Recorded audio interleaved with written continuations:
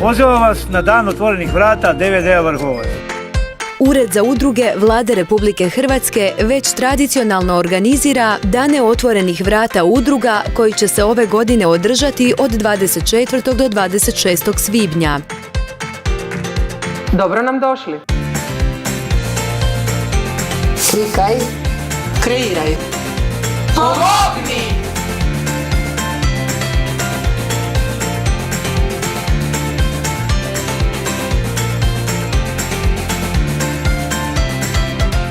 Ko smo mi?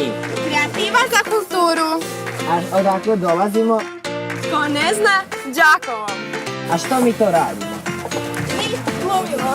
A zašto djeca vole glumiti? Zato što mogu biti kraljica. A zašto mi svi volimo glumiti? Zabave, kreative.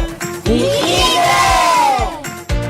Kako bi građanima približile svoje programe i aktivnosti, udruge širom Hrvatske otvaraju svoja vrata i organiziraju brojne kreativne radionice, predavanja i akcije, te na inovativne načine predstavljaju svoje društveno korisne projekte, ali i mogućnosti uključivanja građana u volonterske programe.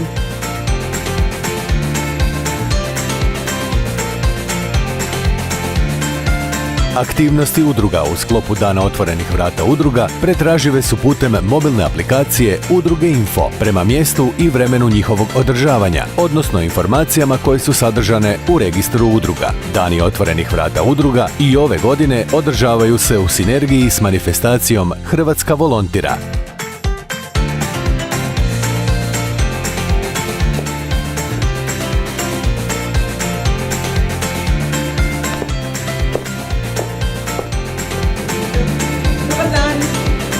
Moja televizija nikad ne spava. Svi građani mogu ispuniti putovnicu Dana otvorenih vrata udruga te svojim pisanim dojmovima o radu udruga mogu osvojiti prigodnu nagradu Ureda za udruge. Više informacija potražite na udruge.gov.hr i www.udruge.hr i otkrite šarolik svijet udruga u Hrvatskoj.